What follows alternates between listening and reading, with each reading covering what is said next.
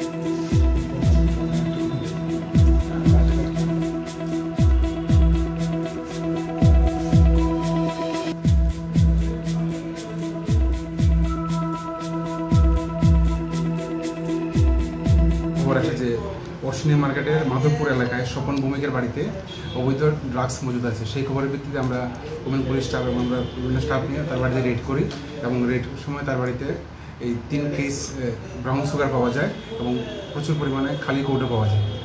এই আমরা নির্দিষ্ট ধারা দ্বারা সিজ করি এবং তাকে গ্রেপ্তার করে থানা নিয়ে আসি। বাজার মূল্য কত হবে? বাজার মূল্য অনুমানিক 1 লক্ষ টাকার মতো হবে। আগামীকালকে কি আদালতে তোলা হবে? হ্যাঁ, তাকে অ্যারেস্ট করা হয়েছে, আগামীকালকে তাকে কোর্টে ফরওয়ার্ড করা হবে।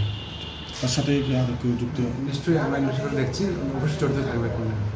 কতদিন ধরে সে বেশ কিছুদিন ধরে এই ব্যবসার সঙ্গে জড়িত, কিন্তু আমরা ওকে হাতে হাতে ধরতে পারছিলাম না। আজকে খবরের ভিত্তিতে আমরা রেড করেছি এবং পেয়ে গেছি মাংস।